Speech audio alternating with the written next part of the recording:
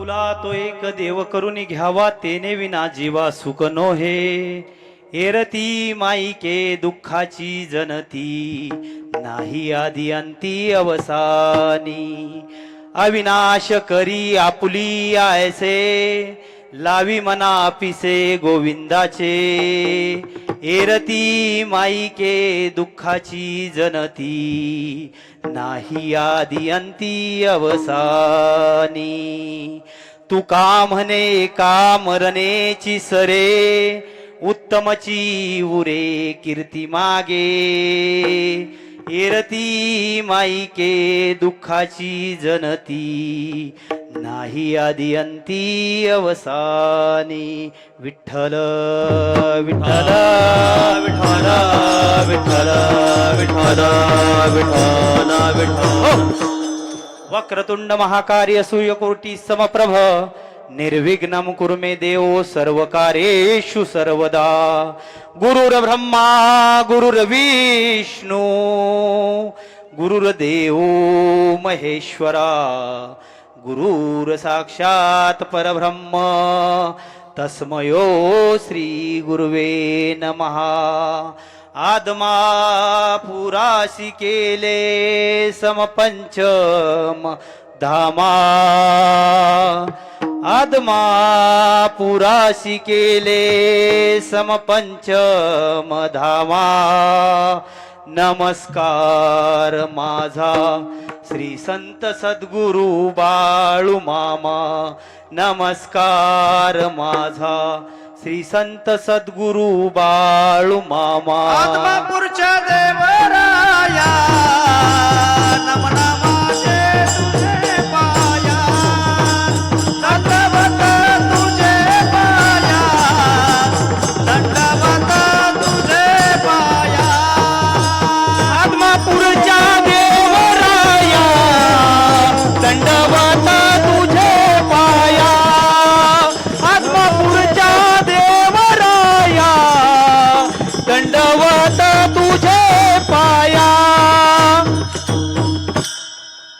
महायोग पीठे तटे भीमरथ्यम वरम पुंडरीकाय दातुं मुनीन्द्रे समागत्य तिष्ठं तमानन्दकन्दं परब्रह्मलिङ्गं भजे पाण्डुरङ्गं पाण्डुरङ्गा करू प्रथम नमन पांडुरंगा करू प्रथम नमन पांडुरंग करे प्रथम नमन पांडुरंग करे प्रथम नमन पांडुरंगा करू प्रथम नमन पांडुरंगा करू प्रथम नमन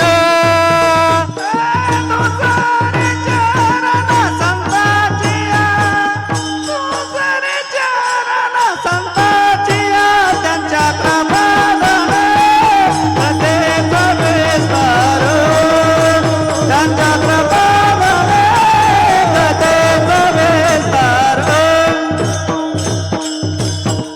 चरण संताचिया तुझरे चरण संताचिया त्यांच्या कृपादाने कथेचा विस्तार त्यांच्या कृपादाने कथेचा विस्तार पांडुरंग करू प्रथम नमन दुसरे चरण संताचिया त्यांच्या कृपादाने कथेचा विस्तार बाबाजे सद्गुरुनाथ तुका पांडुरंगा करू प्रथम नमन दुसरे चरण संताचिया त्यांच्या कृपादाने कथेचा विस्तार बाबाचे सद्गुरुदास तुका पांडुरंगा करू प्रथम नमन दुसरे चरण संताचिया त्यांच्या कृपादाने कथेचा विस्तारू बाबाजी सद्गुरुदास तुका प्रस्तुत प्राप्त प्रसंगी प्राप्त स्थळी कीर्तनरूपी सेवेसाठी निवडलेला अभंग या विश्वातील एक अधिकार संपन्न संत, वारकरी संप्रदायाच्या कलस्थानी विराजमान असणारे माझे जगद्गुरु तुकोबराय. मुळात मंडळी, संत म्हटलं की अधिकार संपन्न हा शब्द वापरावाच लागत नाही. कारण भक्ती म्हटलं की संत नामदेवराय आठवतात, ज्ञान म्हटलं की संत ज्ञानोबा माऊली आठवतात, वैराग्य म्हटलं की संत तुकाराम महाराज आठवतात, आणि शांती म्हटलं की पैठण निवासी शांती ब्रह्म एकनाथ महाराज आठवतात. तसं संत म्हटलं की अधिकार संपन्न हा शब्द मुळात वापरावाच लागत नाही. तर आजच्या या सेवेसाठी संत मान्य संत, जगमान्य संत, देवमान्य संत जगद्गुरु तुकोबराय यांचा 4 चरणाचा तो एक देव करून घ्यावा, तेने विना जीवा सुख नव्हे, या आशयाचा अभंग सेवेसाठी निवडलेला आहे. हा अभंग सेवेसाठी निवडण्यामागचं कारण, परिहार नामक सेवेचं कारण तुम्हा सर्व श्रोत्यांना माहीत आहे, तरी सांगणं वक्त्याचं कर्तव्य आहे, आणि ते सांगायलाच तुम्ही मला या ठिकाणी बोलवलेलं आहे. श्री संत सद्गुरू बाळूमामा देवालय, आदमापूर, बगा क्रमांक, पालखी क्रमांक 14. आज पुणे, महाराष्ट्रातील विद्येचं माहेर घर असणारा हा पुणे जिल्हा, आणि पुणे जिल्ह्यातील जगद्गुरु तुकोबराय यांच्या पालखीच्या महामार्गावर, पालखीच्या वाटेवर असणारा इंदापूर तालुका, आणि इंदापूर तालुक्यातील पुण्य पावन पवित्र असं हे पिठेवाडी गाव. या तुमच्या गावाला माझ्या जगाच्या मालकानं भेट दिली आहे. बहुतेक काल या गावात कालच आला ना, काल काशीचा विश्वेश्वर या जगाचा मालक या तुमच्या पिठेवाडी गावात विराजमान झालाय. तुम्ही सर्वांना खूप आनंदानं त्या देवाचं स्वागत केलं असेल. हा देव तुमच्या गावामध्ये आलाय, आणि या गावामध्ये आले रात्री आमचे गुरुवर्य पालखीचे कारभारी हलप्पा सुर्नवर यांनी या ठिकाणी प्रवचन केलं, आणि आज दुसऱ्या दिवसाची सेवा या ठिकाणी माझ्या वाट्याला आली. या गावचे सरपंच समाधान साधू जानकर, हरिभक्त पारायण समाधान साधू जानकर यांच्या माध्यमातून ही सेवा आज माझ्या वाट्याला आली. त्यांनी आमचे मित्र हरिभक्त पारायण चंदन भाऊ यमगर, त्यांचा महाराष्ट्रातील एक प्रसिद्ध यूट्यूब चॅनल आहे, बाळूमामांचा सेवेकरी अशा नावाचा, तर त्यांच्याशी संपर्क केला, आणि त्यांच्या माध्यमातून ही सेवा माझ्याकडे आली. आणि या सेवेचं आयोजन समाधान साधू जानकर साहेब, सरपंच साहेब, आणि त्यांच्या सोबत त्यांचा सर्व मित्र परिवार, आणि हे समस्त पिठेवाडी गाव, संप्रदायाचं भूषण असलेलं हे गाव आहे. बाळूमामांचा सप्ताही या गावात खूप मोठा होतो असं मला आल्यानंतर इथं माहिती मिळाली. कारण आमच्या संस्थेचे हे 2 विद्यार्थी या पिठेवाडी गावचेच आहेत. तर समाधान भाऊंच्या माध्यमातून ही सेवा माझ्यापर्यंत आले. या ठिकाणी सेवेसाठी उपस्थित असणारे पालखीचे कारभारी हरिभक्त पारायण हलप्पा सुर्नवर, त्याचबरोबर उपकारभारी असतील, पुजारी असतील, आचार्य असतील, तसेच समस्त मामांचे सेवेकरी, माझ्या देवाचे सेवेकरी असतील. या सेवेला आरंभ करण्यापूर्वी मी या सर्वांच्या चरणावर नतमस्तक होतो. तसेच या ठिकाणी सेवेसाठी आवर्जून उपस्थित राहिलेले माझे गुरुवर्य हरिभक्त पारायण सुधीर महाराज खामगळ असतील, माझे गुरुवर्य महाराष्ट्रातील एक सुप्रसिद्ध कीर्तनकार, बाळूमामांचं चरित्र अतिशय गोड सांगतात. मी दादांना म्हणलं होतं आज सेवा तुम्ही करा, पण दादा म्हणले सुरुवात आहे तुम्हीच उभा राहा. तर माझे गुरुवर्य हरिभक्त पारायण दत्तात्रेय महाराज गलांडे या दोघांच्याही चरणावर नतमस्तक होतो. त्याचबरोबर माझ्यासोबत आलेले आमचे नाना भाऊ असतील, दिलीप साहेब असतील, काका पाहुणे असतील, आमचे गुरुबंधू अजित भाऊ असतील, आमचे प्रवीण फौजी असतील, तसेच या सर्वांबरोबर आपण इथं बसलेले सर्व भाविक मंडळी, माझ्या आईच्या वयाच्या असणाऱ्या, माझ्या ताईच्या वयाच्या असणाऱ्या माता माऊली, तसेच माझ्या वडिलांच्या वयाचे असणारे, माझ्या बंधूच्या वयाचे असणारे पुरुष मंडळी, तुमच्या सर्वांच्या चरणावर इथं नतमस्तक होतो, माझ्या या देवाच्या चरणावर नतमस्तक होतो, वाणीला प्रारंभ करतो. आपुला तो एक देव करून घ्यावा, तेने विना जीवा शिवको हे. संत तुकोराम महाराजांनी या अभंगामध्ये, अभंगाच्या पहिल्या चरणामध्ये काय सांगितलंय मंडळी? संत तुकोबराय म्हणतात, या मनुष्य जन्माला आलात, तुम्ही मनुष्य जन्माला आलात, मनुष्य जन्माला आल्यानंतर जर तुम्हाला आयुष्यभराचंच नाही, आपल्या मरणोत्तर जर सुख हवं असेल तर तुम्हाला आपला एक देव करून घ्यावा लागल, आपला एक देव करून घ्यावा लागल. आणि जर तुम्ही आपला एक देव नाही करून घेतला तर तुम्हाला आयुष्यात कधीच सुख मिळणार नाही, असं तुकोबराय म्हणतात. अभंगाच्या पहिल्या चरणामध्ये असं तुकोबराय आपल्या शुद्र मानवी जीवाला हा उपदेश करतात. हा उपदेश प्रकरणातील अभंग आहे मंडळी. आणि तुकाराम महाराज या अभंगातून आपल्याला सांगतात, आपला तर एक देव करून घ्यावा. एक उदाहरण सांगतो तुम्हाला, एक संत चरित्रातला दृष्टांत सांगतो मंडळी. संत जनाबाई तुम्हाला सर्वांना माहित असतील, संत जनाबाई तुम्हाला सर्वांना माहित असतील. संत जनाबाई एक वेळा आपल्या वडिलांबरोबर, आपल्या बापाबरोबर त्या पंढरपूरला गेल्या. माझ्या पंढरीच्या पांडुरंगाच्या समोर उभा राहिल्या. पंढरीच्या पांडुरंगाची मूर्ती डोळे भरून पाहिली. आणि काय झालं मंडळी? त्या जनाबाईंना त्या पंढरीच्या पांडुरंगाचं वेड लागलं. जनाबाईंना त्या पंढरीच्या पांडुरंगाचं वेड लागलं. आणि वडिलांना जनाबाई बोलू लागल्या, बाबा मी आज पंढरपूरला आले, मी आता इथून माघारी घरी येणार नाही. बाबा बोलायला लागले, अगं जना, तू या पंढरपूरमध्ये राहणार कुठं तू? तुझी सोय काय होणार? बाबा, हा देव, हा परमात्मा विश्वाचा करता करवित आहे. यानं अशा माझ्यासारख्या कित्येक जणांचा सांभाळ केलाय. ज्याला आई नाही त्याचा सांभाळ केलाय, ज्याला वडील नाही त्याचा सांभाळ केलाय, ज्याला कोणतंच नातं गोतं नाही त्याचा सांभाळ केलाय. माझा सांभाळ माझा देव का नाही करणार? आणि वडिलांनी जनाचा हात तिथं पंढरपूरमध्ये सोडला. आणि वडिलांनी हात सोडल्यानंतर मंडळी तो हात कोणाच्या हातामध्ये पडला? तो हात पडला संत नामदेव महाराजांच्या हातामध्ये. जनाबाईचा हात पडला संत नामदेव महाराजांच्या हातामध्ये. जनाबाई नामदेव महाराजांच्या घरी गेल्या. नामदेव महाराजांच्या घरची कामं जनाबाई करू लागल्या. नामदेव महाराजांच्या घरी कामं करू लागल्या. रात्री 12 वाजेपर्यंत काम करायचं.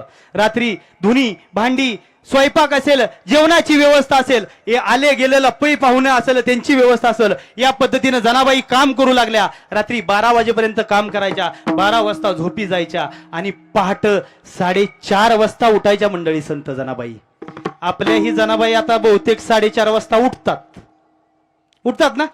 कशाला? व्हॉट्सअप नाही, 8:30 नाही, व्हॉट्सअप, फेसबुक, इंस्टाग्राम. सर्वांना विनंती आहे, उद निघणार आहे, आपण कुणीही उदाला आडवं जायचं नाही. उदाला आडवं गेल्यानंतर या माझ्या जगाच्या मालकाची 1.25 महिना सेवा करावी लागते. ही सर्वांनी काळजी घ्या. सर्वांनी आहे त्या जागेवर बसून घ्या. वाघरेमध्ये असणारे मेंढके बांधव यांनी बाजूला व्हा, ऊद येतोय. तर जनाबाई पहाटे 4:30 वाजता उठायच्या आणि जात्यावर दळण दळायच्या. जात्यावर दळण दळायच्या, देवाचं नामस्मरण करायच्या, चिंतन करायच्या. मग देव जनाबाईंजवळ आला. जनाबाईंनी देव आपलासा करून घेतला. मग देवानं काय केलं जनाबाईंसाठी? देवानं जनाबाईंसाठी जात्यावर दळण दळलं. जनाबाईंच्या डोक्यातल्या उवा माहित आहेत तुम्हाला? उवा आता नाही, त्या पहिल्या होत्या. लिका उवा, आता कोंडा डॅन्ड्रफ. आता शुद्ध भाषेत त्याचं डॅन्ड्रफ नाव झालं. तर देव जनाबाईच्या डोक्यातल्या उवा मारायचा. देव अशी नकावर ऊ घेणार आणि असं दुसऱ्या नकानं दाबणार. देव त्या उवा मारायचा. त्या उवाचा देखील उद्धार झाला. देवाच्या हातनं मेल्या त्या उवा. या प्रकारे संत जनाबाईंनी देव आपलासा करून घेतला. आपुला तो देव करून घ्यावा. आपुला तो देव करून घ्यावा. आपुला तो एक देव करून घ्यावा.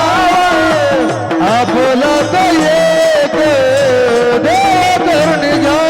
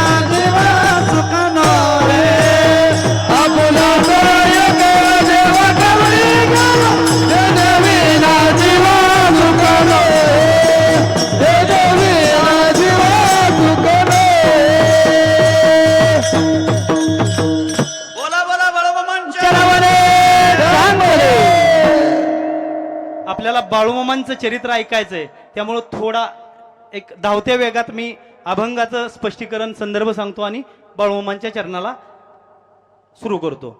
तर आपुला तो एक देव करून घ्यावा या चरणाचा थोडा एक थोडक्यात भावार्थ सांगितला तुम्हाला. ए रे ती माईक दुःखाचे जनती नाही आधी अंत्य अवसानी. मग तुकाराम महाराज जगद्गुरु तुकोबाराय या अभंगाच्या दुसऱ्या चरणामध्ये काय सांगतात? ए रे ती माईक दुःखाचे जनती नाही आधी अंत्य अवसानी. मग हे ए रे ती माईक आपल्या आजूबाजूला असणारा जो आपला गोतावळा आहे, आपली धन, आपलं धन, आपली प्रॉपर्टी, बंगला, गाडी, भाऊ बहीण, बायको, आई, वडील, हे जे आहे ना ते सर्व दुःखाचं मूळ आहे. ते सर्व दुःखाचं मूळ आहे. कसं दुःखाचं मूळ आहे यात एक उदाहरण सांगून जातो मंडळी. तुम्हाला एक उदाहरण सांगून जातो. तुमच्या पुणे जिल्ह्यातलंच उदाहरण आहे. एक 80 वर्षाचे आजोबा घरदार धनधान्यानं भरून वाहतय. एक मुलगा नगरसेवक आहे, एक मुलगा मोठा बिल्डर आहे. पैशा पाण्याला अजिबात कमी नाही. अचानक एक दिवस आला, पहाटे त्या आजोबांच्या छातीमध्ये कळ आली. अचानक छातीमध्ये कळ आली. कळ आल्यानंतर मुलांनी उचललं, पुण्याच्या नामांकित हॉस्पिटलमध्ये रुबी हॉस्पिटलमध्ये भरती केलं. रुबी हॉस्पिटलमध्ये भरती केल्यानंतर तिथं डॉक्टरांनी चेकअप केलं. मुलं बोलायला लागली, अहो डॉक्टर साहेब आमच्या बाबांना काही झालंय बघा. आणि मुलांना डॉक्टर बोलायला लागले. डॉक्टरांनी चेकअप केलं आणि मुलांना डॉक्टर बोलले, तुमच्या वडिलांना हार्ट अटॅकचा झटका आलाय, हृदयविकाराचा झटका आलाय तुमच्या मुलांना. मग डॉक्टरांनी सांगितलं तुमच्या वडिलांचं ऑपरेशन करावं लागेल, बायपास करावं लागेल. मुलं बोलायला लागली, अहो डॉक्टर खूप कमवलंय वडिलांनी आणि आम्हीही खूप चांगलं कमवतोय, चांगला पैसा पाणी जमीन जुमला सगळं आहे. वडिलांच्या वजना एवढं पैसे खर्च करतो, पण आमचा बाप वाचला पाहिजे. डॉक्टरांना विनंती करू लागली तो दोन्ही मुलं. आणि डॉक्टरांनी ही निर्णय घेतला या आजोबांचं ऑपरेशन करायचं. ऑपरेशनसाठी आजोबांना ऑपरेशन थिएटरमध्ये नेण्यात आलं. ऑपरेशन थिएटरमध्ये नेलं, भुलीचं इंजेक्शन दिलं, ऑपरेशन सुरू झालं. हृदयविकाराचं ऑपरेशन झालं, बायपास झालं. 2 तास ऑपरेशन चाललं मंडळी. 2 तासानंतर भूल उतरायला अजून 2 तास गेले. 4 तासानंतर ते आजोबा शुद्धीवर आले. आजोबा शुद्धीवर आल्यानंतर डॉक्टर साहेब गेले आजोबांच्या तब्येतीची विचारपूस करायला, चेकअप करायला. आजोबांच्या जवळ डॉक्टर साहेब गेले आणि डॉक्टर साहेब गेल्यानंतर आजोबा डॉक्टर साहेबांना बोलू लागले, अहो डॉक्टर साहेब तुम्ही माझी खूप काळजी घेतली, तुम्ही माझा जीव वाचवला. आणि बोलून गेले. बाबा बोलायला लागले, अहो डॉक्टर साहेब माझं ऑपरेशन कसं झालंय? तर डॉक्टर बोलू लागले, बाबा आता चिंता करायची काहीही गरज नाही, तुमचं अतिशय उत्तम प्रकारे ऑपरेशन झालंय, तुमच्या जीवाला कसलाही धोका नाही. आणि ते झाल्यानंतर डॉक्टर साहेबांना आजोबा बोलले, डॉक्टर साहेब ऑपरेशन झालं, माझ्या ऑपरेशनचा खर्च किती आला? आणि डॉक्टर साहेबांनी सांगितलं, आजोबा जास्त नाही, फक्त 15 लाख रुपये तुमच्या ऑपरेशनचा खर्च आलाय. आणि ते 15 लाख रुपये खर्च झालाय हे ऐकल्याबरोबर त्या आजोबांच्या डोळ्यामध्ये पाणी आलं मंडळी. पाणी आल्यानंतर डॉक्टरांनी विचार केला. डॉक्टरांना वाटलं बिल भरपूर झालंय म्हणून, थोडंसं आजोबांना वाटत असेल लय बिल झालंय. आणि मग डॉक्टर बोलू लागले, अहो आजोबा काळजी करू नका, तुमची दोन्ही मुलं माझी चांगली मित्र आहेत, ह्या 15 लाखातलं 5 लाख रुपये मी कमी करतो. ह्या 15 लाखातलं 5 लाख रुपये मी कमी करतो, तुम्ही अजिबात टेन्शन घेऊ नका, तुम्ही रडू नका. तर बाबा बोलायला लागले, अहो डॉक्टर साहेब बिल 15 लाख रुपये केलंय तुम्ही म्हणून माझ्या डोळ्यामध्ये पाणी नाही आलं. खूप पैसा आहे, खूप संपत्ती आहे, खूप गाडी आहे, बंगला आहे, सर्व आहे. बिल जास्त झालंय, तुम्ही 15 लाख नाही 15 कोटी म्हणाल तरी माझ्या लेकांची माझी भरायची तयारी आहे. मग आजोबा तुम्ही रडताय कशासाठी असं डॉक्टरांनी विचारलं. तर आजोबा बोलायला लागले, अहो डॉक्टर साहेब तुम्ही फक्त 2 तास माझ्या हृदयाची काळजी घेतली, तुम्ही फक्त 2 तास माझ्या हृदयाची काळजी घेतली. माझं वय आज 80 वर्ष आहे. माझ्या पंढरीच्या पांडुरंगानं, माझ्या आदमापूरच्या बाळूमामानं गेली 80 वर्ष माझ्या हृदयाची नव्हे माझ्या सर्वांगाची काळजी घेतली. तर सर्वांगाची काळजी घेतली, पण त्या माझ्या जगाच्या मालकानं, त्या पंढरीच्या पांडुरंगानं कधी 1 रुपया नाही मागितला हो मला. हा मनुष्य देह आपल्याला मंडळी ऐका, हा मनुष्य देह फुकट मिळालाय. देवानं आपल्याला हा मनुष्य देह फुकट मिळालाय. हात मिळाले फुकट, पाय मिळाले फुकट, कान मिळाले फुकट, डोळे मिळाले फुकट, नाक मिळाले फुकट, सर्व इंद्रिय मिळाले फुकट. दिले इंद्रिये हात पाय कान, दिले इंद्रिय हात पाय कान, डोळे मुख बोलाया वचन, डोळे मुख बोलाया वचन, येणे तो गोडसे नारायण, जन गोडसे नारायण, नाशे जीवपन भवरोग, नाशे जीवपन भवरोग, नाचे जीवन बड रोग, नाचे जीवन बड रोग. दिले इंद्रिये हात पाय कान, डोळे मुख बोलाया वचन, येणे तो गोडसे नारायण, नाशे जीवपन भवरोग. दिले इंद्रिये हात पाय कान, डोळे मुख बोलाया वचन, येणे तो गोडसे नारायण, नाशे जीवपन. मंडळी, हे इंद्रिय सर्व देवानं आपल्याला फुकट दिलंय. पाय दिले फुकट, पायात घालायला पैंजण फुकट. हात दिले फुकट महिला मंडळी, हातात घालायला बांगडी. कान दिले फुकट, कानात घालायला झुमका. हा, मोदी साहेबांनी सांगितलं. नाक दिलं फुकट, नाकात घालायला नथ. दात दिले फुकट, दाताला लावायला मिसरी. फुकट का विकत? तर ह्या देवानं आपल्याला नरदेह, एवढा सुंदर नरदेह जर आपल्याला दिलाय तर कशासाठी दिलाय? देवाचं नामस्मरण, देवाचं चिंतन, देवाचं भजन. जर पाय पवित्र करायचे असतील, जर पाय पवित्र करायचे असतील तर त्या पंढरीच्या पांडुरंगाची, माझ्या आदमापूरच्या बाळूमामांची वारी करा. जर हात पवित्र करायचे असतील, बसलाय ना कीर्तनात, बसलाय ना कीर्तनात, भजन करा, हाताने टाळी वाजवा. मुख पवित्र करायचं असेल तर त्या देवाचं मुखानं चिंतन करा, देवाचं मुखानं नामस्मरण करा. मंडळी, हे सर्व इंद्रिय देवानं फुकट दिलेत. या नरदेहाचा योग्य उपयोग करा, योग्य उपयोग करा. देवाचं नामस्मरण करा, देवाचं भजन करा, देवाचं चिंतन ऐका. या डोळ्यानं देवाच्या पुढे उभं राहा, माझ्या जगाच्या मालकाच्या पुढे उभं राहा. डोळे भरून देवाला पहा, डोळे भरून देवाला पहा, आणि तो देव आपल्या हृदयात साठवून घेऊन घरी जा.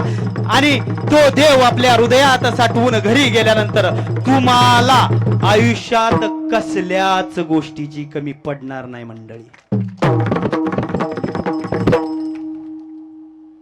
कसल्याच गोष्टीची कमी पडणार नाही. येरती माईक दुःखाचे जनती म्हणून संत तुकाराम महाराज आपल्या अभंगाच्या दुसऱ्या चरणात काय सांगतात?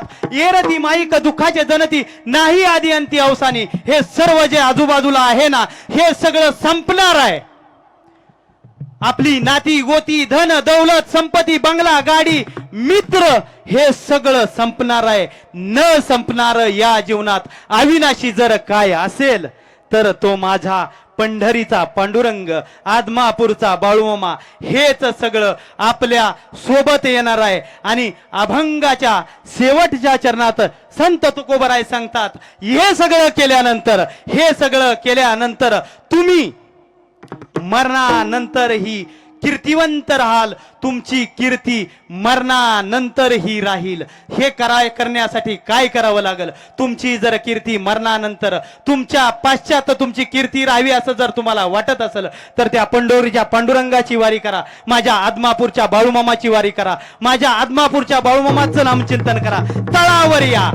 तळावर या माझ्या देवाचं चिंतन करा. मग देव आपला असा करून घेण्यासाठी माझ्या देवाचंच चरित्र सांगतो तुम्हाला. माझ्या देवाचा दृष्टांत सांगतो. धर्म बुडायला लागला होता, सत्य फासावर जायला लागलं होतं. धर्म बुडायला लागला होता, सत्य फासावर जायला लागलं होतं. पापाचा डोंगर वाढायला लागला होता मंडळी, पापाचा डोंगर वाढायला लागला होता. पुण्य दोरा एवढं शिल्लक होतं. धर्म बुडायला लागला होता. सासऱ्याला सून ओळखणं झाले, भावाला बहीण ओळखणं झाले, भावाला भाव ओळखणं झालाय. नात्यात सगळ्या वितुष्ट यायला लागलं होतं. मग हे सगळं थांबवण्यासाठी माझ्या भगवान शिवशंकरानं या पृथ्वी तलावरती अवतार घ्यायचं ठरवलं. माझ्या भगवान शिवशंकरांनी या पृथ्वी तलावरती अवतार घ्यायचं ठरवलं. देवानं नियोजन केलं. धर्म बुडायला लागलाय, सत्य फासावर गेलंय, पाप वाढायला लागलंय, पुण्य संपत चाललंय. म्हणून माझ्या देवानं नियोजन केलं या पृथ्वी तलावरती यायचं. पण यायचं कोणाच्या पोटी यायचं? ज्याच्या पोटी माझ्या शिवशंकराला, माझ्या भगवान शंकराला जन्म घ्यायचा होता, त्या मातेची कूस ही तेवढीच पवित्र असायला पाहिजे. मंडळी, देवानं नियोजन केलं. मग कोणाच्या पोटी जन्म घ्यायचा? कोणाच्या पोटी जन्म घ्यायचा? कर्नाटक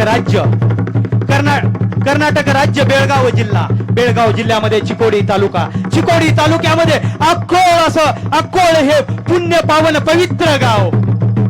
त्या गावामध्ये मंडळी धनगर समाजाचं एक कुटुंब राहत होतं. धनगर समाजाचं एक कुटुंब राहत होतं. पत्नी सुंदरा माता, पती मायाप्पा पिता. धनगर समाजाचं कुटुंब राहत होतं.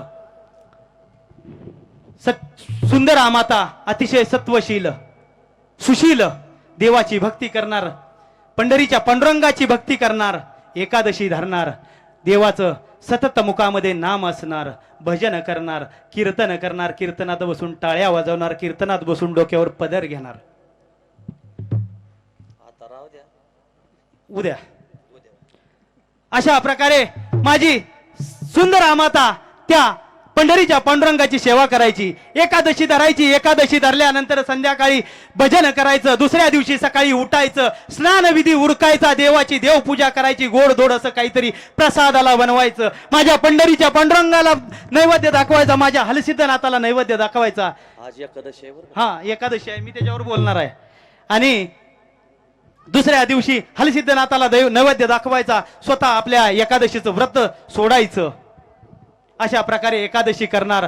त्या हलसिद्धनाथाची, त्या सुंदरा मातेचं माहेर मंडळी श्री क्षेत्र आप्पाची वाडी.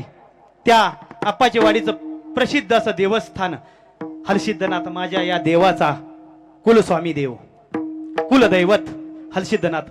ते माहेर होतं. त्या सुंदरा मातेचं हलसिद्धनाथाची सेवा परंपरागत पिढ्यानपिढ्या घरामध्ये चालत आलेली होती. आणि माझी सुंदरा माता देखील सेवा करायची. त्या हलसिद्धनाथाच्या मंदिरामध्ये जायचं, मंदिराची झाडलोट करायची, मंदिराच्या समोर उभा राहायचं, मंदिराच्या देवाच्या समोर उभा राहायचं, डोळं भरून पाहायचं देवाला. आलाय ना महिला मंडळी, आलाय ना, या देवानं माझ्या सांगितलंय, करशील सेवा तर खाशील मेवा, करशील चाकरी तर खाशील भाकरी. या ठिकाणी आलायत आपण सगळे देवाला.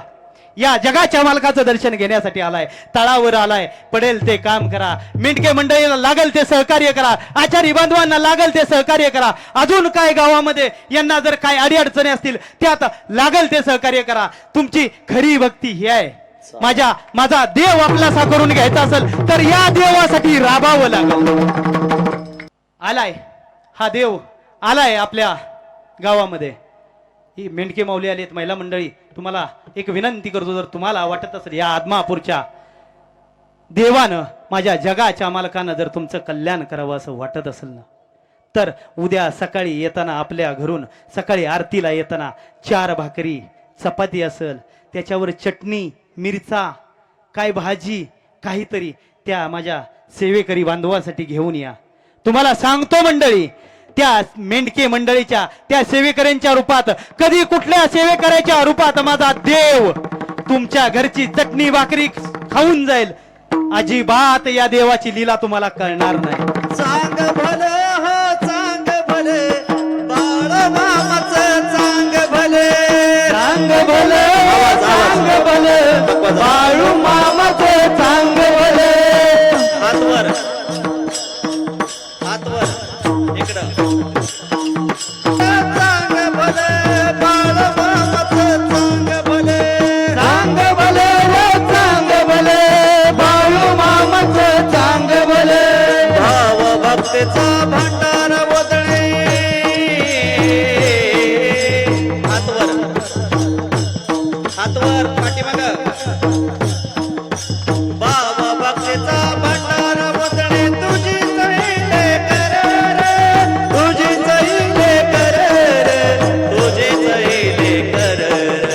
चांग भले रे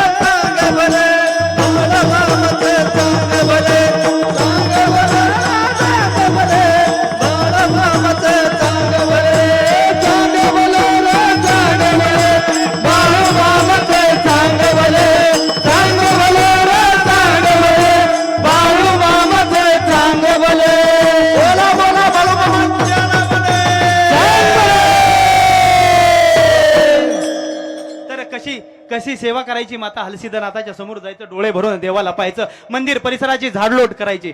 कधीच त्या हलसिद्धनाथासमोर सेवे वाचून आणि भक्ती वाचून कधीच काहीही मागितलं नाही.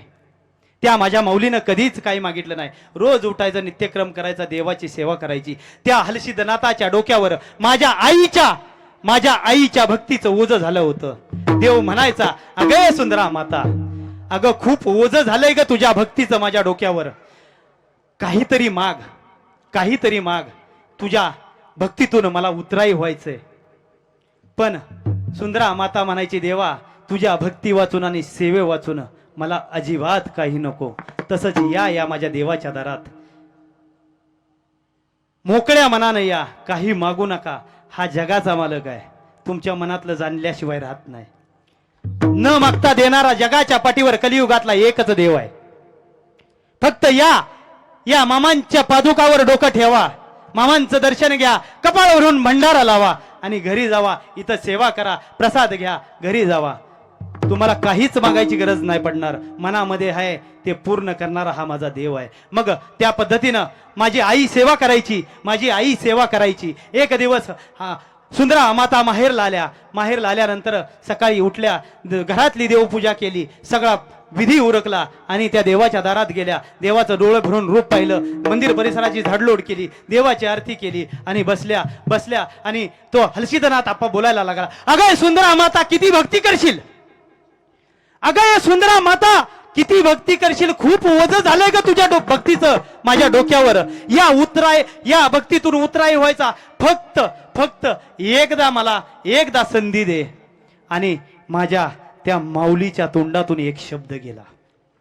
कधीच काय संसारात एवढ्या अडचणी होत्या त्या मातेच्या, पण कधीच काय मागितलं नव्हतं. आणि देवाला एक मागणं मागितलं. सुंदरा माता बोलू लागली, अरे हलसिद्धनाथ अप्पा, एवढंच म्हणतोय ना तू, मला काहीतरी माग. आजपर्यंत देवा तुझ्याकडे काहीच मागितलं नाही मी. आजपर्यंत फक्त तुझी भक्ती केली. आजपर्यंत तुझ्याकडे काहीच मागितलं नाही. जर तुला द्यायचंच ना देवा, जर तुला मला द्यायचंच आहे, तर माझ्या पोटी असा एक पुत्र दे, ज्याचा झेंडा त्रैलोक्यात लागू दे. असं मागणं मागितलं. पुत्र दे ऐसा कोणता, त्याचा तीन की झेंडा, त्याचा तीन की झेंडा, त्याचा तीन की झेंडा. पुत्र दे ऐसा कोणता, त्याचा तीन की झेंडा, त्याचा तीन की झेंडा, त्याचा तीन की झेंडा. पुत्र दे ऐसा कोणता, त्याचा तीन की झेंडा, त्याचा तीन की झेंडा, त्याचा तीन की झेंडा. पुत्र दे ऐसा कोणता, त्याचा तीन की झेंडा, त्याचा तीन की झेंडा, त्याचा तीन की झेंडा.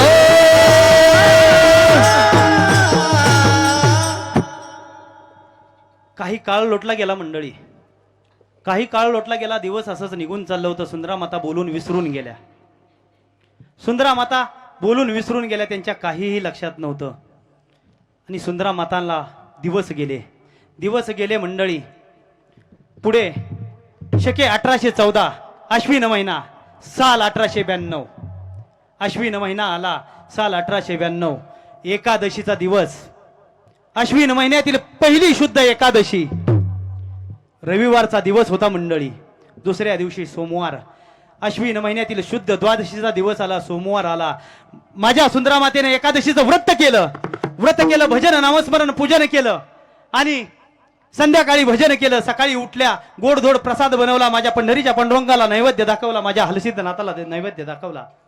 आणि सुंदरा मातांनी आपलं व्रताचं सांगता केली आणि बसल्या घरामध्ये. अचानक पोटामध्ये कळ येऊ लागली, पोटामध्ये मातृत्वाच्या कळा येऊ लागल्या महिला मंडळी. दुपारी सोमवारचा दिवस होता 3 ऑक्टोबर 1892.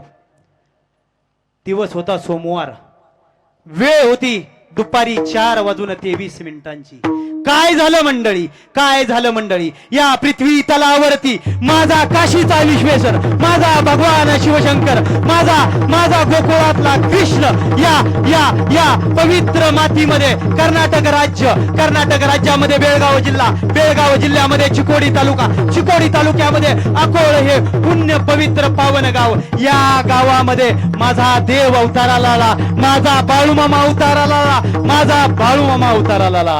रुद्राचा अवतार तोरयो रातो आत्मा पुरात रुद्राचा अवतार मस्तकी त्याला सोन्याची किनार दिसे रूप मनोहार त्याच्या नजरेत तलवार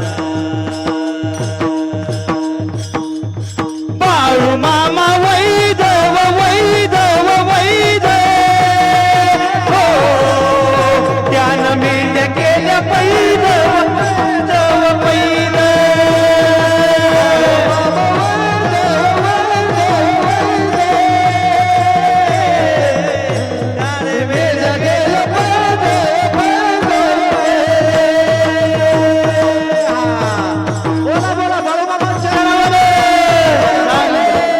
तर मला यातून सांगायचं काय होतं मंडळी, आवाज क्लिअर करा मग. तर यातून मला सांगायचं काय होतं, त्या माझ्या सुंदरा मातेनं हलसिद्धनाथाला आपलंसं करून घेतलं आणि त्या हलसिद्धनाथाच्या कृपेनं हा जगाचा मालक अवताराला आला आणि तुमचं माझं सगळ्याचं कल्याण या जगाच्या मालकानं केलं. तर एकदा मंडळी प्रेमपूर्वक भजन करूया, हात वरती घ्या सर्वांनी, प्रेमपूर्वक भजन करूया. भजन करत असताना हाताने टाळी, मुखाने नाम घ्या. जर तुम्ही टाळी नाही वाजवली, जर जो टाळी वाजवतो त्याचं सगळं पाप, जो टाळी वाजवत नाही त्याच्या डोक्यावर जाऊन बसत.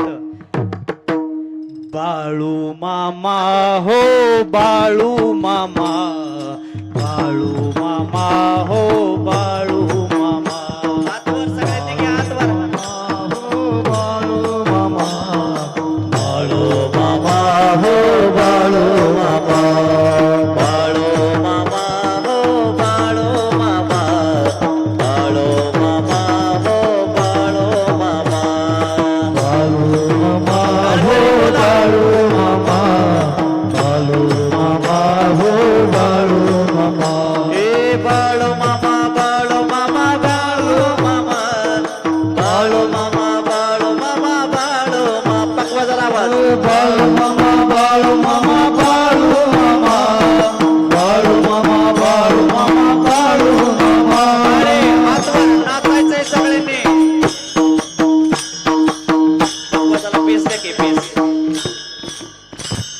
बाळो मामा बाळो मामा बाळो मामा, बाळो मामा बाळो मामा बाळो मामा, पकवा जरा बाळू घ्या. मामा, बाळू मामा, बाळू मामा, बाळू मामा,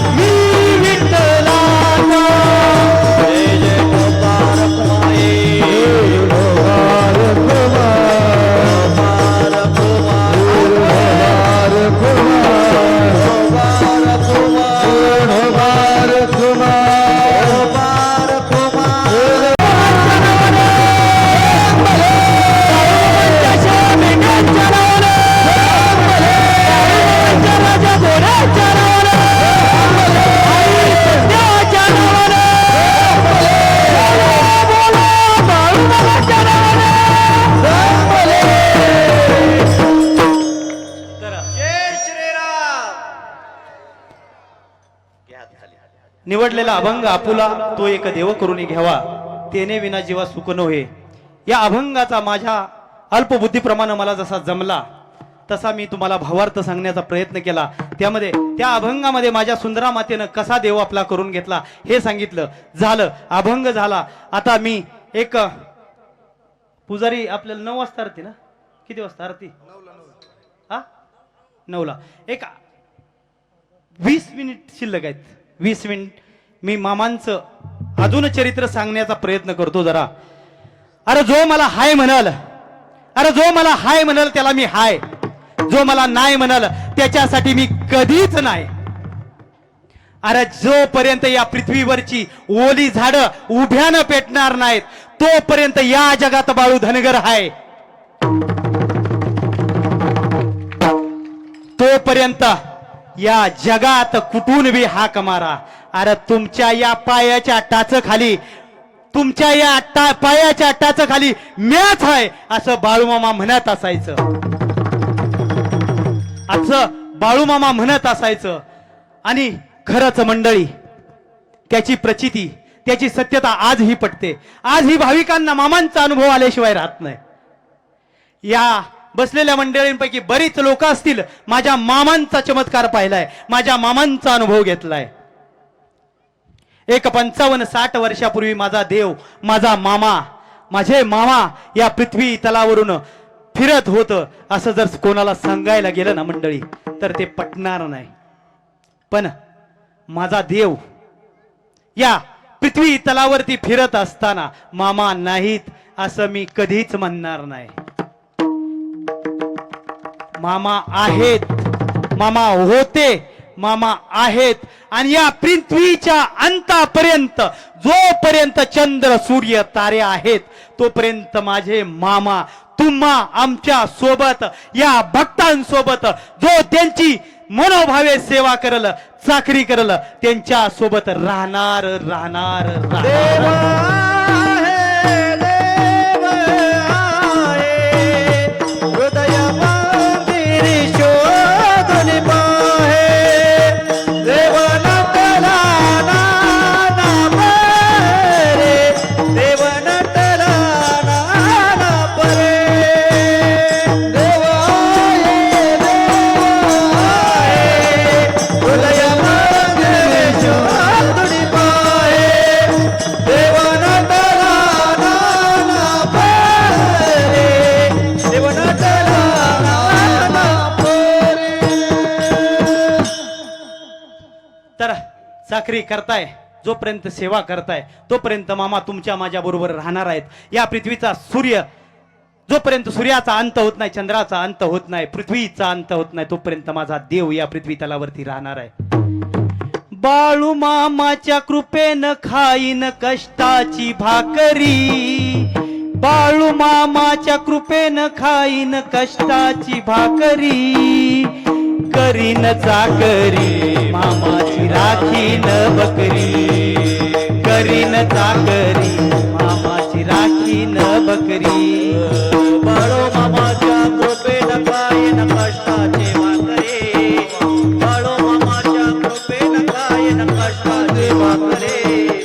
करीन चाकरे मामाची राखीन बकरे, करीन चाकरे मामाची राखीन बकरे.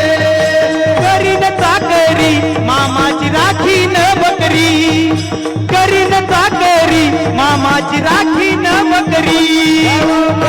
नवस केला रोग कोणाचा बरा हो झाला, रोग कोणाचा बरा हो झाला, बाळो मामानं नवस केला रोग कोणाचा बरा हो झाला. बाळू मामानं नवस केला रोग कोणाचा बरा हो झाला. नवस पेडण्या बकरे सांभाळीन जाईल तळावरे, नवस पेडण्या बकरे सांभाळीन जाईल तळावरे. मामाची राखीन बकरे, करीन चाकरी मामाची राखीन बकरी, करीन चाकरी मामाची राखीन बकरी, करीन चाकरी मामाची राखीन बकरी. चांगले. तर एक 55-60 वर्षापूर्वी माझा देव माझा देव या पृथ्वी तलावरून फिरत होता असं जर कोणाला सांगितलं ना तर पटणार नाही मंडळी. पण मामांसोबत 6-6 वर्ष, 8-8 वर्ष, 10-10 वर्ष, 11-11 वर्ष सेवा केलेली मंडळी आजही त्या आदमापूर पंचकृषीमध्ये जिवंत आहेत. बोला बोला बाळूमामांच्या नावानं. सांग भले. मग माझा देव, माझ्या देवानं धनगर कुळामध्ये जन्म घेतला. महाराज एक वाक्य बोलून घेतो. माझ्या देवानं जरी जन्म धनगर कुळामध्ये घेतला असला तरी माझ्या मामानं उद्धार वात्र सर्व समाजाचा केला, सर्व जाती धर्माचा केला. संत अवताराला येतात, संत अवताराला येईपर्यंत कोण्या तरी एका जातीचे असतात, नंतरचं सर्व कार्य त्यांचं तुम्हा आम्हा मानवी जीवनासाठी सजीव जीवासाठी असतं. संत कधीच कुठल्या जातीचे नसतात. माझे मामाही धनगर कुळामध्ये जन्माला आले. धनगर कुळाचा पेशा मेंढी माऊली. या शिवशंकरानं या पृथ्वी तलावरती अवतार घेतला. का धनगर कुळामध्ये अवतार घेतला मंडळी? का धनगर कुळामध्ये अवतार घेतला? पाप वाढायला लागलं होतं. देवाला एका जागेवर बसून चालणार नव्हतं. म्हणून देवानं धनगर कुळामध्ये अवतार घेतला आणि मेंढी माऊलीच्या पाठीमाग माझ्या देवाची भ्रमंती चालू झाली. त्या मेंढी माऊलीची उत्पत्ती पंढरीच्या पांडुरंगानं कशी केली मंडळी? एक शेतकरी होता, वारकरी होता शेतकरी मंडळी. आणि त्याच्या शेतामध्ये भलं मोठं असं वारुळ निर्माण झालं. आषाढ महिना होता, पंढरीची वारी चालू झाली होती. रस्त्यानं ज्ञानोबा तुकोबरायांची पालख्या जात होत्या, दिंड्या जात होत्या मंडळी. ते वारुळ हळूहळू वाढायला लागलं. आषाढ महिना होता, शेताची नांगरणी चालू होती. त्या शेतकऱ्याला 2 मुलं होती आणि मुलं बोलायला लागली. वडिलांजवळ आली आणि बोलायला लागली, बाबा, अहो बाबा, हे वारुळ खूप मोठं व्हायला लागलंय. या वारुळापायी खूप धान्य उडतंय. आपण आपल्या शेतातनं तेवढं वारुळ काढून टाकू. वडील वारकरी होता मंडळी. वडील बोलायला लागला, नाही रे लेकरांनो, नाही रे बाबांनो, हे वारुळ तेवढं शेतातून काढून टाकू नका. कधी कधी या वारुळातून मला घाट्या घुंगराचा आवाज येतोय. असं बोलायला लागला शेतकरी. ज्ञानोबा तुकोबरायांच्या पालख्या पंढरपूरच्या दिशेने जात होत्या. त्यातील एक वारकरी दादा रस्त्याने जात असताना वाटवाकडी केली आणि त्या शेतकऱ्याच्या शेताकडे गेला. शेताकडे गेल्यानंतर शेतकऱ्याला राम घातला, त्या वारुळाला नमस्कार केला आणि बोलायला लागला शेतकऱ्याशी. तो वारकरी दादा बोलायला लागला, अरे शेतकरी दादा, हे वारुळ तेवढं तुझ्या शेतामधून कधी काढून टाकू नकोस. ह्या वारुळाची सेवा कर, पूजा कर. आणि वारकरी ही बोलायला लागला, हो रे वारकरी दादा, मला कधी कधी या वारुळातून घाट्या घुंगराचा आवाज येतोय. मुलांनी ऐकलं नाही. परत मुलं आली आणि बोलायला लागली, बाबा हे वारुळ काढून टाकू. आणि बाबा बोलायला लागले, नको. वारकरी होता तो शेतकरी. त्यालाही वारीला जायची गडबड होती. उद्या वारीला जायचंय. आज शेतातली तो कामे आपली आवरू लागला. पटापटा काम करू लागला. मुलं काय करतायत याकडे लक्ष दिलं नाही त्यानं. मुलांनी नांगर आणला. नांगर चालू आहे. वारुळाजवळ नांगर आला आणि जवळ वारुळाच्या जवळ नांगर यायला आला आणि तो नांगर त्या मुलांनी त्या वारुळामध्ये घातला मंडळी. वारुळामध्ये घातला. वारुळाला तळा गेला आणि त्या वारुळामधून माझ्या देवाची मेंढी माऊली, माझ्या देवाच्या मेंढी माऊलीची उत्पत्ती झाली मंडळी. त्या पंढरीच्या पांडुरंगानं माझ्या देवाच्या मेंढी माऊलीची उत्पत्ती वारुळामधून केली मंडळी. आणि ती मेंढी माऊली घेऊन माझा देव राणी गावोगावी माळोमाळी फिरायला लागला. फिरत असताना अडल्या नडलेल्यांची कामं करू लागला. ज्याला हात नाही त्याला हात देत गेला, ज्याला पाय नाही त्याला पाय देत गेला, ज्याला डोळा नाही त्याला डोळा देत गेला, ज्याला संतान नाही निपुत्रिक आहे त्याला संतान देत गेला. माझा देव, माझ्या देवाचा मुळात जन्मच जगाच्या कल्याणा संताच्या विभूती देह कष्टविती परोपकारी. माझ्या देवाचा जन्मच झाला होता जगाच्या कल्याणासाठी. त्या शिवशंकरानं अवतारच घेतला होता जगाच्या कल्याणासाठी. आणि माझा देव माझा देव जगाचं कल्याण, लोकांची आडल्याल्यांची कामं करू लागला. कोणा देती भंडारा, कोणा देती कन्याचा मारा, कणा देती कन्याचा घासभरा. या पद्धतीनं माझा देव काम करू लागला. माझा देव अडल्या नडलेल्यांची, गोर गरिबांची इडा माझा देव करू लागला. माझा देव करू लागला. असाच एक दिवस मंडळी, मामांचा तळ कर्नाटकमध्ये पूर्व भागात पश्चिम भागाकडे चालला होता. साबरा नावाचं गाव महाराज. साबरा नावाच्या गावातून मामांचा तळ चालला होता. त्या गावामध्ये एक धनगर राहत होता आणि त्या काळात एक 80-85 वर्षाचा काळ असेल मंडळी. 80-85 वर्षापूर्वीचा काळ होता आणि त्या धनगरावर 1000 रुपयाचं कर्ज झालं होतं. सावकाराचं देणं होतं 1000 रुपयाचं. आणि माझ्या मामांचा तळ त्या साबरा गावातून पश्चिम दिशेला चालला होता, कर्नाटक राज्याकडे चालला होता. आणि त्या धनगराला समजलं, तो धनगर मामांची महती ऐकून होता, मामांची ख्याती ऐकून होता. त्याला माहित होतं एक शब्द वापरतो मंडळी, त्याला माहित होतं अरे अक्कोळचा बाळू धनगर खूप मोठा देवऋषी आहे.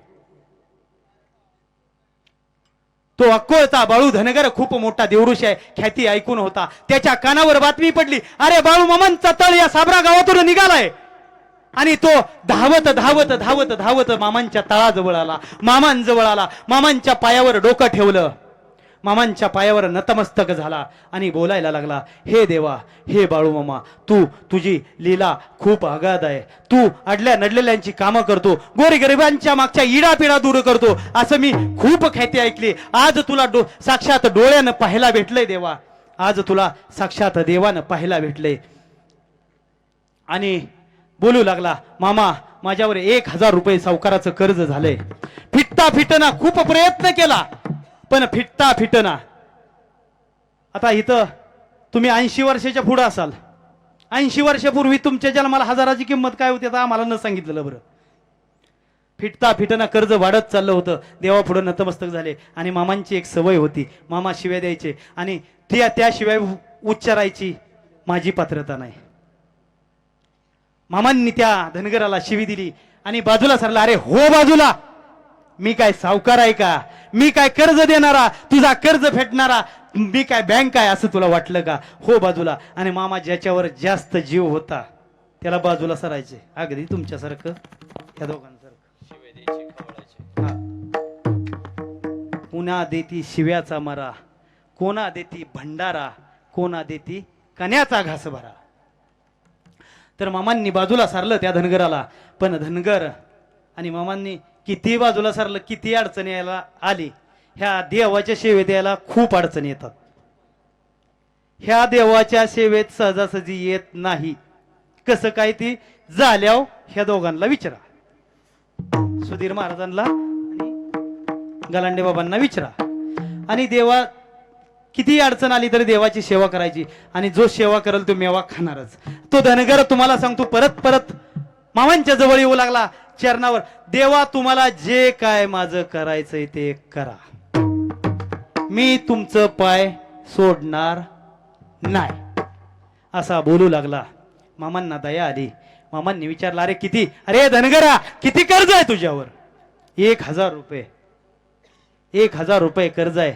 मामा जमिनीवरती असे चौड्यावरती बसले, हातामध्ये काठी होती मंडळी.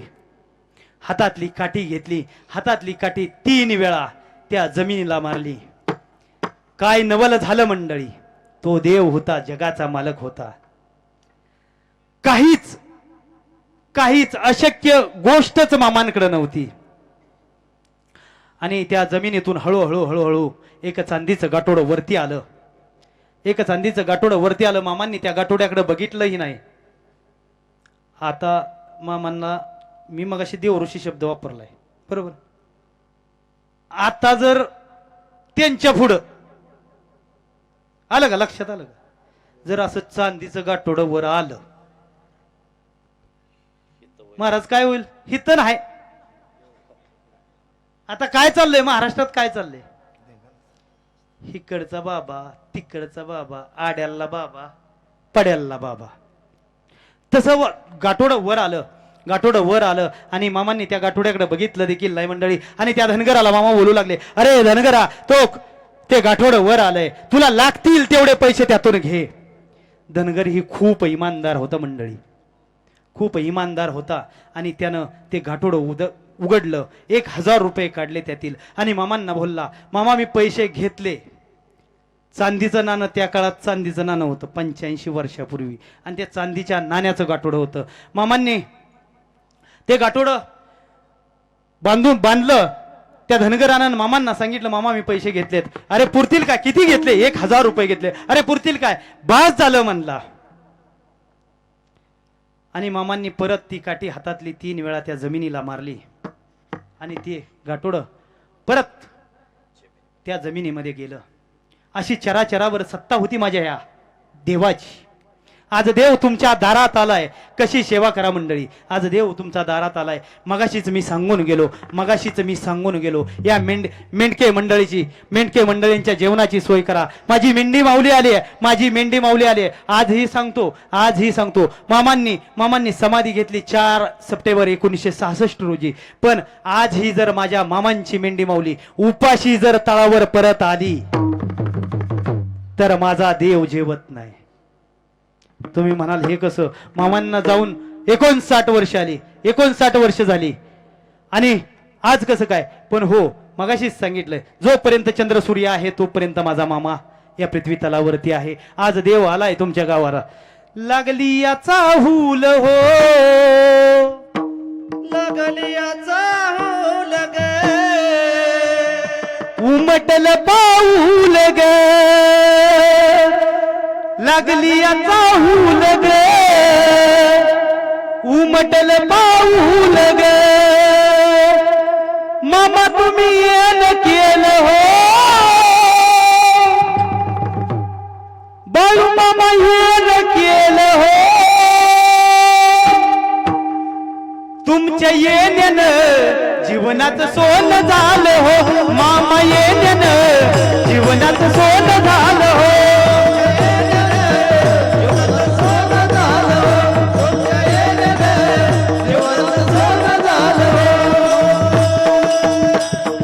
लागली आता हूल हो, उमटल पाऊल हो. लागली आता हूल हो, उमटल पाऊल हो. मामा तुम्ही येन केलं हो, येण्यानं जीवनात सोनं झालं हो. मामा येण्यानं जीवनात सोनं झालं हो. नवता नवस माझा नवताच काही, नवता नवस माझा नवताच काही. बाळू मामा येणं केलं तुम्ही गाई घाई, बाळू मामा येणं केलं तुम्ही गाई घाई. लई आनंदान हो पुण्या गोविंदान हो, लई आनंदान हो पुण्या गोविंदान हो. मामा तुम्ही येणं केलं हो, मामा तुम्ही येणं केलं हो. तुमच्या येण्यानं जीवनात सोनं झालं हो, तुमच्या येण्यानं जीवनात सोनं झालं हो. बोला बोला बाबा. हनुमानच्या नावाने ऐकून जा.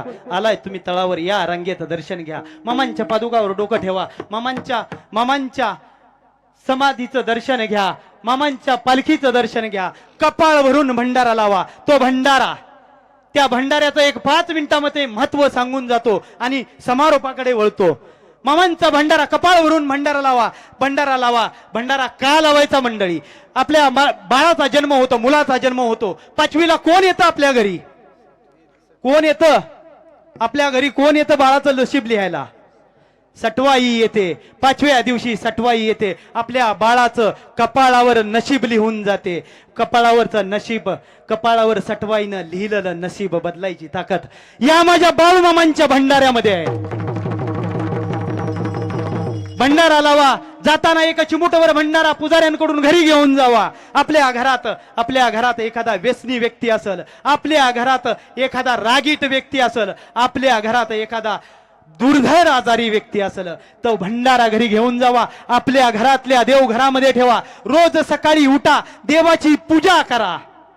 भंडारा ललाटे हाती घोंगडे काठी, भंडारा ललाटी हाती घोंगड न काठी राखी तो मेंढर बाळू मामाच्यासाठी राखी तो मेंढर बाळू मामाच्यासाठी भंडाराला लाली आधी गोकडे न काटे भंडाराला लाली आधी गोकडे न काटे राखी तो मेंढर बाळू मामाच्यासाठी राखी तो मेंढर बाळू मामाच्यासाठी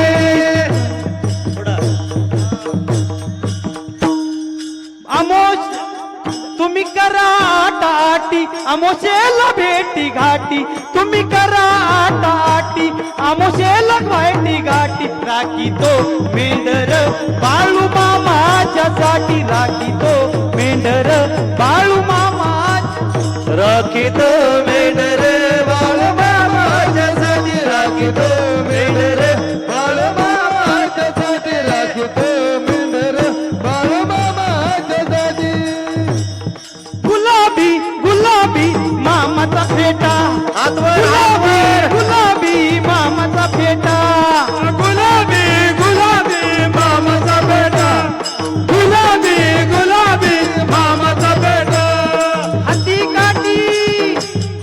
काठी घोंगड पाटी धनगर मोठा गुलाबी गुलाबी मामाचा फेटा गुलाबी गुलाबी मामाचा फेटा गुलाबी गुलाबी मामाचा बेटा गुलाबी गुलाबी मामाचा बेटा काशीचा हा विश्वेश्वर शंभूचा अवतार काशीचा हा विश्वेश्वर शंभूचा अवतार रान राणी डोंगरात राखी तो मेंढर रान राणी डोंगरात राखी तो मेंढर बाळू मामा काढतोय बाळू मामा काढतोय पायाचा काटा गुलाबी गुलाबी मामाचा बेटा गुलाबी गुलाबी मामाचा बेटा गुलाबी गुलाबी मामाचा बेटा गुलाबी गुलाबी मामाचा बेटा तर मंडळी सकाळी उठा देवपूजा करा त्या भंडाऱ्याला 2 अगरबत्त्या ओवळा सकाळ संध्याकाळ ते करा आपल्या घरात जो कोणी आजारी आहे आपल्या घरातला एखादा पुरुष व्यसनी आहे आपल्या घरातला एखादा पुरुष आजारी आहे गोटभर पाणी घ्या त्या गोटभर पाण्यामध्ये माझ्या मामांचा चिमुटभर भंडारा टाका आणि त्या व्यक्तीला प्यायला द्या त्या व्यक्तीचा आजार त्या व्यक्तीचं व्यसन नाही जर संपलं त्या व्यक्तीचा आजार नाही संपला त्या व्यक्तीचं व्यसन नाही सुटलं तर मॅच पाकिटच घेणार नाही